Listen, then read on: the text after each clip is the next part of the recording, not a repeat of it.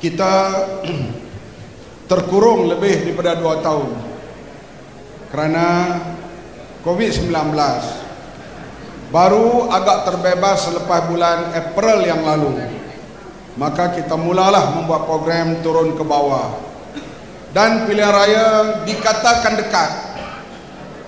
Puak-puak ikut Datuk Mahfuz lah, puak-puak penyamun tu nak buat pilihan raya segera. Kalau boleh bulan November. Kita kena bersedia sebab kuasa di tangan mereka. Bekas pengerusi SPR Datuk Tan Sri Abdul Aziz, saya jumpa dia dalam peresmian masjid di Kota Raja yang diresmikan oleh Baginda Sultan Selangor, Masjid Putra Haid. Tan Sri Aziz kata pernah berlaku pilihan raya masa banjir di Tenang, Dun Tenang. Betapa susahnya SPR nak mengendalikan pilihan raya masa banjir itu satu dun, Tenang, Johor. Bagaimana nak buat pilihan raya kalau berlaku banjir di seluruh Malaysia? Tak masuk akal langsung. Kata Tan Sri Aziz kalau buat pilihan raya di musim banjir. Ini bekas pengurusi SPR.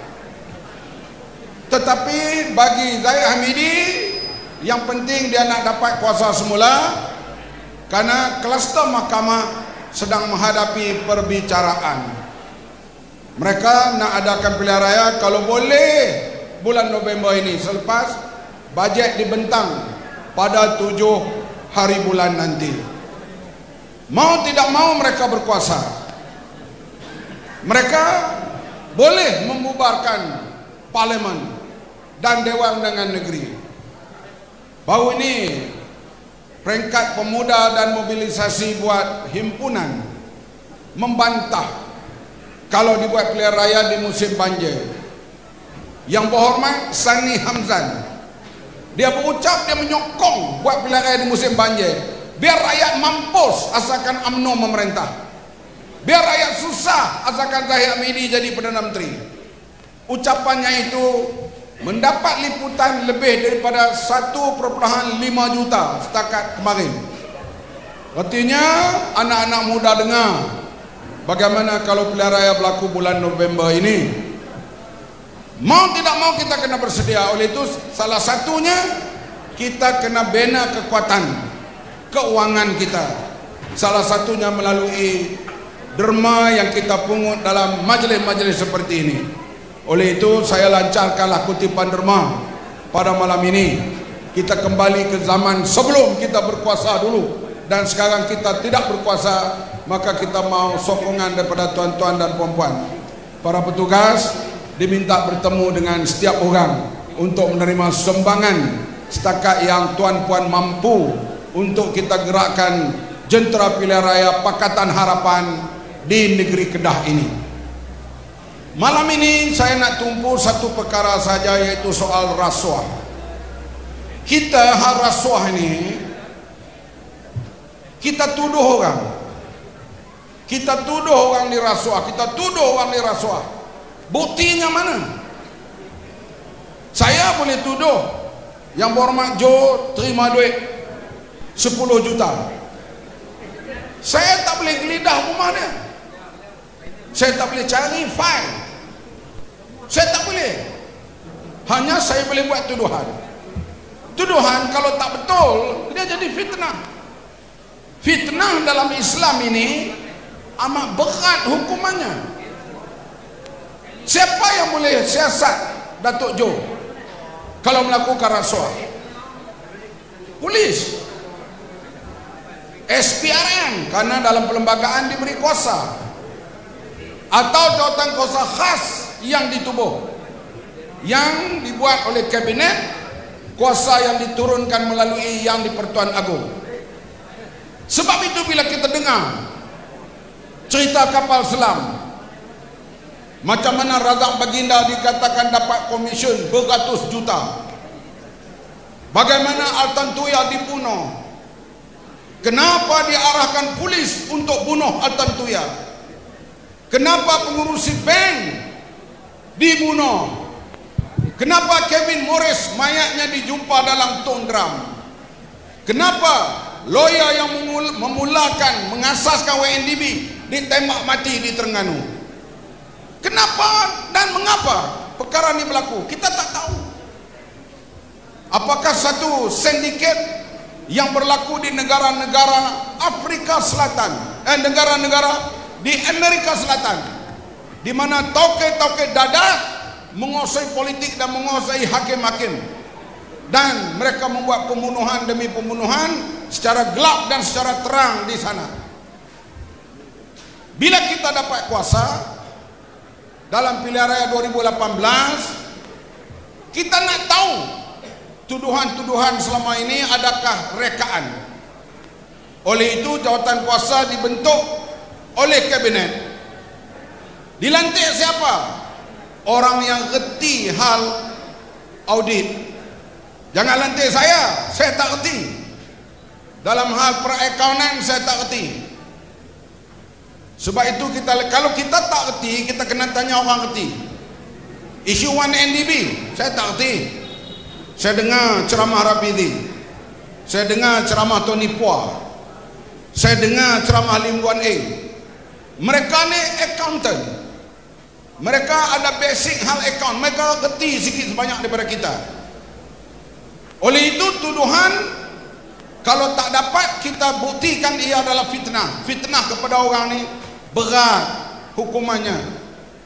Maka jawatan kuasa ditubuhkan di bawah Tan Sri Amrin Buang.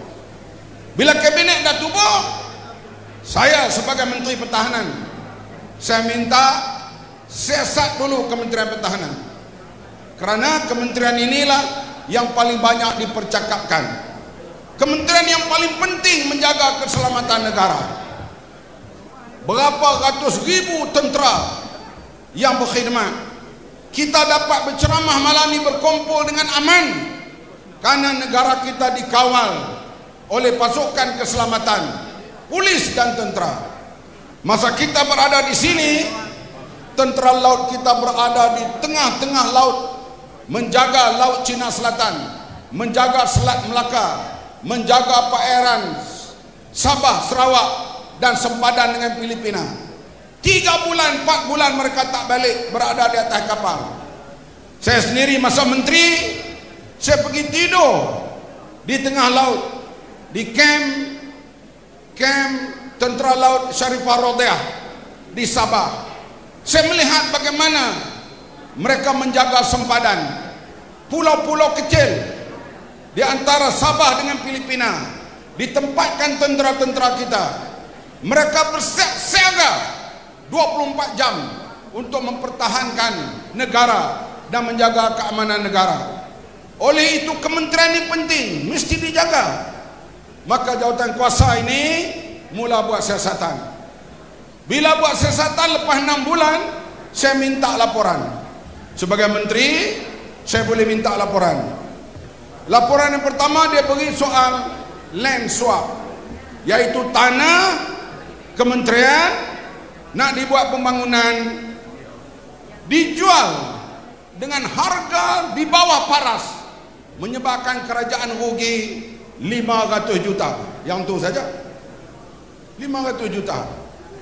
Sepatutnya saya terima kapal LCS, kapal peronda pantai ini, lebih kurang pada bulan 4 2019. Tiba-tiba tak sampai. Maka saya minta laporan daripada pengerusinya Tan Sri Amrin Buang, dan diberi laporan bersama dengan pemimpin-pemimpin tentera dan juga pegawai-pegawai awam di kementerian. Didapati dah habis 6,000 juta, satu kapal pun tak siap. 6,000 juta doktor, bukan sikit. Satu kapal tak siap.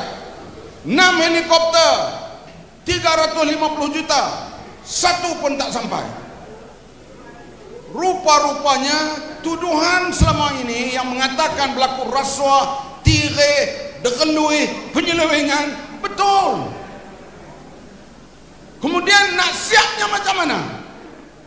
Katanya 2026 baru boleh siap yang pertama. Belum tentu boleh siap. Kenapa? Ada wang yang dibayar tak kena mengena dengan pembinaan kapal. Lebih kurang 400 juta. Dibayar kepada seseorang yang tak ada kena mengena dengan pembinaan kapal. Hadirin sekalian, ini baru satu kementerian. Sebab itulah bila pihak mereka yang tahu bagian akaun, mereka mengatakan bocor di Malaysia lebih kurang 60 bilion setahun. 60 bilion ini satu angka yang cukup tinggi dan cukup banyak. Kita lihat bila timbalan Presiden PAS Tuan Ibrahim Tuan Man dengan rombongannya dia pergi jumpa Arukanda. Arukanda beri taklimat, maka Tuan Ibrahim berkata, kami berpuas hati apa yang berlaku dalam YNDB. Kita kalau kita tak erti, kita tanya orang yang erti. Sedangkan YNDB adalah skala rasuah yang terbesar dalam dunia. YNDB Pak Ngah, Makcik, Pak Long, kok Padang Terap, kok Pokok Senar, kok kampung kita ni tak faham. Tak boleh faham YNDB itu, karena saya sendiri pun payah nak faham. Melainkan kita dengar penerangan daripada orang yang terlibat, orang yang tahu hal bahagian akaun. Payah nak faham. Sebab duit itu ditransport di luar negeri. Yang kita nampak beg Rosmah, yang kita nampak Subang, Jolo Beri, yang kita nampak kapal. Yang lain-lain kita tak tahu. Akhirnya kita rakyat kena berhutang 50 bilion lebih. Bunga 1.7 bilion setahun. Tetapi kapal tak siap, rakyat nampak. Saya bimbang sekarang ini. Semangat Angkatan Tentera kita perlu dipertahankan. Datuk Jo orang yang selalu terlibat dalam hal pertahanan ini. Soal bercakap dan sebagainya, hal pertahanan, berhubung dengan jenderal-jenderal tentera dan sebagainya. Kita mau tentera kita semangat mereka berada di tahap yang tinggi. Nak semangat tinggi bagaimana kalau kapal tak ada? Nak semangat lu mana? Sebab perkara ni yang pakai itu kau penting. Soalnya saya nak sebut di sini. Kenapa orang Melayu tidak sensitif dengan rasuah? Ya, orang Cina, WB. Mereka telah buktikan bila skandal koperasi MCA. Hujan tuan-tuan tak boleh balik, saya bersyarah lah minggu kedua pun. Koperasi MCA zaman Tan Kun Chuan, orang Cina marah kepada MCA, mereka hukum MCA daripada tahun 86 sampai sekarang MCA tak naik kerana rasuah. India, MIC duduk di estate, duduk di tepi jalan kereta api, ada mereka miskin di kampung-kampung, berlaku skandal rasuah, mereka hukum MIC. Daripada 2008 sampai hari ini MIC tak naik, ada satu kursi ditapah. Orang Melayu kita dedah hal rasuah, bukan kita dedah, mahkamah dedah. Hakim 1 campur 3, 4, 9 orang hakim mengatakan Najib bersalah, Najib curi. Orang Melayu panggil dia bosku. Pelik atau tidak perangai orang Melayu? Perangai pelik atau tidak? Oleh itu hadirin sekalian, kita kena jadikan rasuah ni isu utama kalau kita nak maju. Kita lihat negara-negara di keliling kita seperti Singapura, New Zealand, negara-negara yang kuat lawan rasuah, mereka menjadi negara maju karena wang negara mereka dapat digunakan sebaik mungkin untuk pembangunan negara. Dengar kan?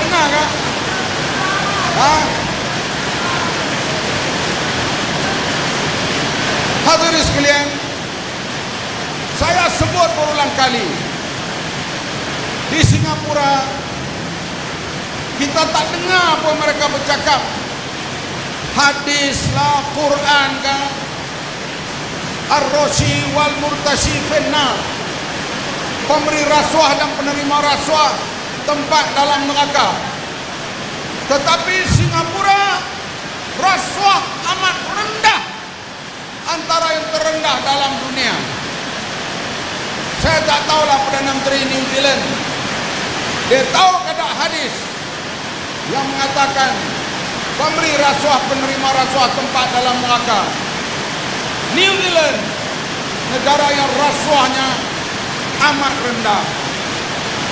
Kita baca hadis, baca Quran, tetapi kita tak laksanakan. Bahkan tadi kata Datuk Mahfuz, parti Islam bersekongkol dengan puak rasuah untuk memerintah Malaysia. Bolehkah kita sokong lagi parti Islam macam tu? Boleh ke tidak? Parti Islam bersekongkol dengan puak rasuah untuk memerintah. Bolehkah kita sokong parti Islam yang macam itu? Boleh ke tidak? Malu kita. Malu kita di dunia Islam, perkara rasuah tidak menjadi hujah utama. Kita pergi lawat sekarang ini sekolah, longkang pecah, bilik darjah tak cukup. Kawasan parlimen saya, satu kelas bergenuak budak-budak, sepatutnya 30-40 orang, sampai 5-60 orang satu kelas. Tak cukup sekolah, tak cukup jalan raya lambat diperbaiki. Kenapa? Duit tak ada. Mana duit pi? 60 bilion bocor setahun. Kalau tak bocor, hadirin sekalian, duit negara kita banyak, yang dapat menebaknya akhirnya orang Melayu. Karena orang Melayu di luar bandar, projek luar bandar dapat diutamakan, diberi subsidi, dapat dipertingkatkan karena wang negara kita banyak. Kita tengok, bukan tuduhan lagi tapi dia bukti. Saya tanya tadi Fakhur Razi dan juga Datuk Jo, mereka ni seorang engineer, seorang yang terlibat dalam kerajaan semua dulu. Dikatakan orang Kedah panggil Kamsen, Commission. Banyak mana kalau satu projek ni orang ambil Kamsen? 2.5%, tu tinggi lah tu. Rosma, projek 1.2 bilion di Sarawak, nak bantu elektrik di sekolah-sekolah ni, dia minta 180 juta. Ini bukan tuduh, bukti di mahkamah. Sebab itu dia kena denda lebih 900 juta kerana 5 kali ganda suapan. Hei, 180 juta Datuk Jo, kalau kita dapat 2 orang, tak bini berapa sama kita ni. Itu satu projek dicuri banyak tu. Tapi orang Melayu tak marah, itu yang saya heran. Pelik. 180 juta sekali minta. Orang duk komplain kata kena potong gaji menteri, potong bagi gaji wakil rakyat. Sebenarnya gaji menteri wakil rakyat di Malaysia ni tak banyak. Saya biasa jadi menteri, saya tahulah. Yang duk kaya tu bukan kerana gaji, bukan kerana elang, tapi curi. Betul ke tak? Kenapa mereka boleh curi? Sebab tuan-tuan sokong, rakyat sokong. Tu yang mereka boleh curi. Kalaulah kita tengok kekayaan Zahid Hamidi, kekayaan, ada seorang menteri meninggal dunia, bini dia dan mak dia berebut harta 1 bilion. Datuk Jo wakil rakyat berapa penggal dah? 3 penggal. Berapa juta simpan dalam bank? Berapa juta rupiah dah? Artinya bila bekas menteri wilayah ada duit dalam bank 900 juta, bukan gaji dan allowance, tu curi. Faham ke tak? Tapi kenapa orang Melayu tak marah? Dia susah, dia tak marah. Pelik. Bila sebut 60,000 bilion, 60 ribu juta bocor, dia kata, bocor 60,000 juta tu banyak mana? Perleh tu belanjawan dia 200 juta. Mati hidup balik 10 kali berjalan perleh tak habis. Hak bocor duit negara tu 60,000 juta. Kalau Rosmah yang minta satu projek 180 juta, dibuktikan di mahkamah, dia kena bayar denda 900 juta. Bayangkan yang lain-lain yang tak didakwa lagi. Artinya negara kita seperti kata rakan-rakan tadi cukup kaya. Kalau ditadbir dengan betul, kurangkan sikit rasuah, tak habis 100%, kurangkan. Negara kita duit banyak. Pakatan Harapan memang lemah. Saya sebut berkali-kali.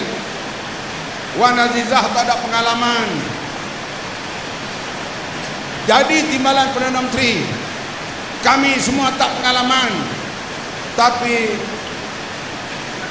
report daripada Transparency International, masa Pakatan Harapan memerintah, rasuah daripada tempat 61 negara, kita turun. Kita jadi nombor 51.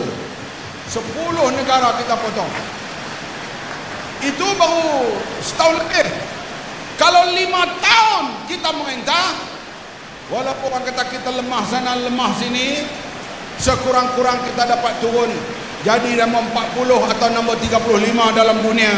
Kita balik kepada Malaysia ni tiger of Asia, harimau Asia dalam ekonomi. Tapi apa boleh buat? Kita jatuh 22 bulan. Hadirin sekalian, inilah bila disebut bocor tadi ni bukan main-main. Kadang kita kena sensitif dengan rasuah ni. Orang kata rasuah bukan mati. Kalau naik Pakatan Harapan merintah itu, ada melakukan rasuah, tuan-tuan kena lawan. Kena lawan.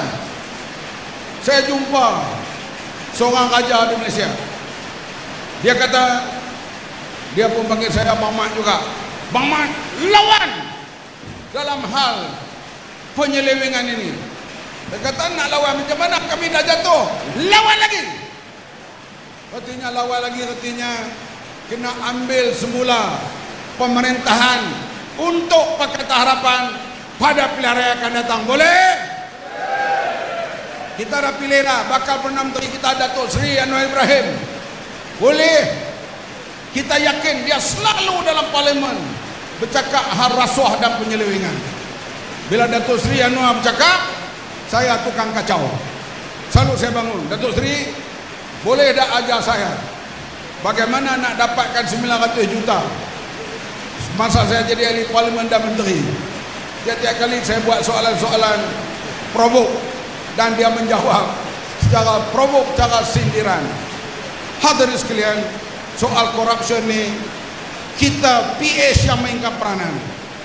Kita lihat kerajaan Pulau Pinang, DAP anti Melayu dimainkan mata-mata, sekarang lagi hebat.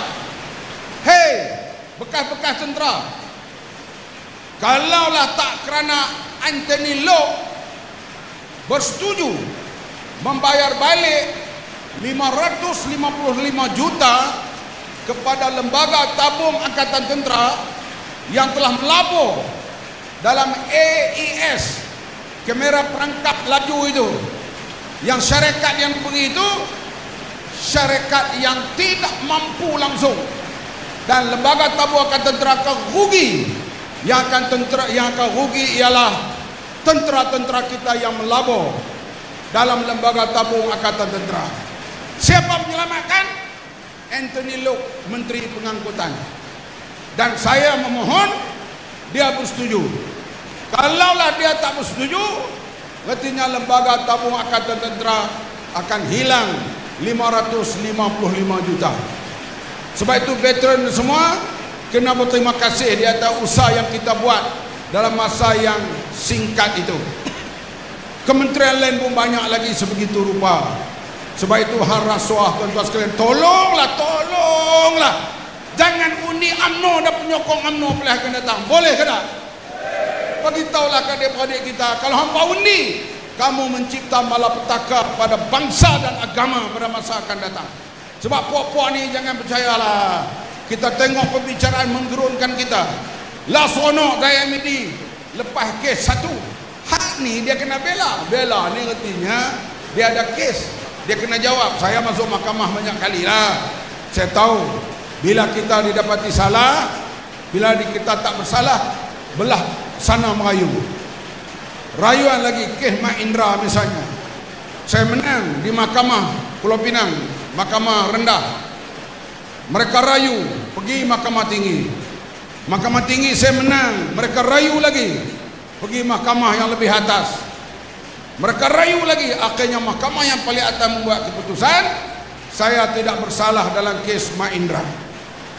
Sekarang Zahid Hamidi tak perlu bela diri dalam kes pertama ni. Kes kedua yang apa tu, yayasan apa, Akal Budi, dia kena bela diri. Artinya bila bela diri ini sebelah kaki dah 12 sana. Faham ke tak? Sebab itu dia nak buat pilihan raya bulan 11. Dia punya pasal kita kena harung banjir. Dia punya pasal rakyat yang susah.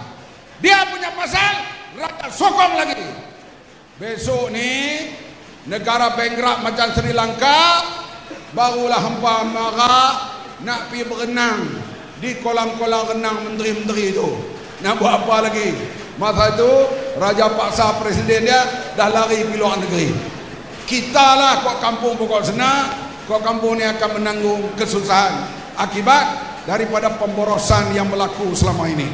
Sebab itu tolonglah, kami lemah kakak-pakak, terbukti kami berjaya mengurangkan indeks rasuah. PAS dia 18 kursi, Mak Sabri lebih 6 saja. Kalau PAS betul-betul nak kurangkan judi, dia boleh ugut Mak Sabri. Tak kurangkan judi daripada 22 kepada 8, kami tarik rebah Mak Sabri. PAS ada ugut Mak Sabri hajudi? Ada ke tak?